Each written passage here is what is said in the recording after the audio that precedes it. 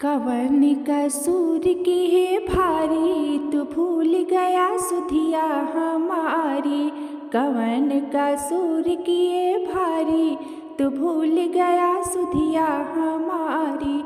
सुधिया हमारी हो सुधिया हमारी।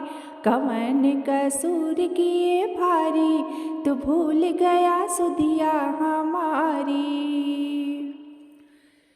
12 बरिस हम जनकपुरे रहेली, 12 बरिस हम जनकपुरे रहेली। जनकपुरे रहली हो जनकपुरे रहली, जनकपुरे रहली हो जनकपुरे रहली।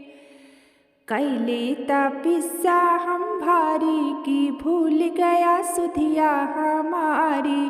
कैले तपस्या हम भारी, की भूल गया सुधिया हमारी।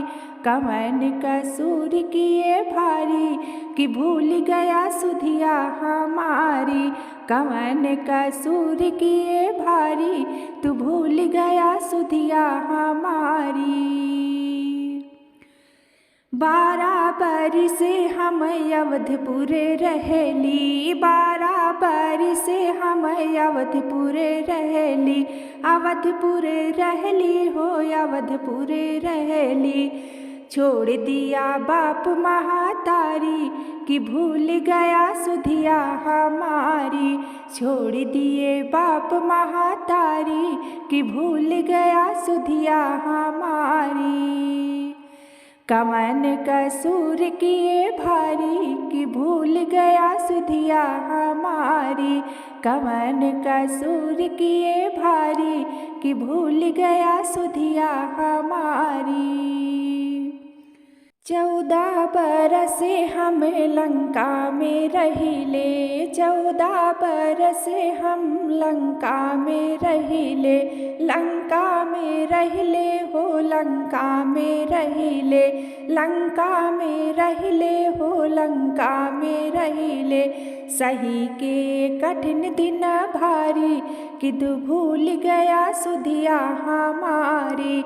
सही के कठिन दिन भारी, तू भूल गया सुधिया हमारी। सुधिया हमारी हो सुधिया हमारी। कवन कसूर किए भारी, तू भूल गया सुधिया हमारी। कवन कसूर किए भारी, तू भूल गया सुधिया हमारी। तुलसीदास आस रघुबर की, तुलसीदास आस रघुबर की। अरे चरणन की बलिहारी, तू भूल गया सुधिया हमारी।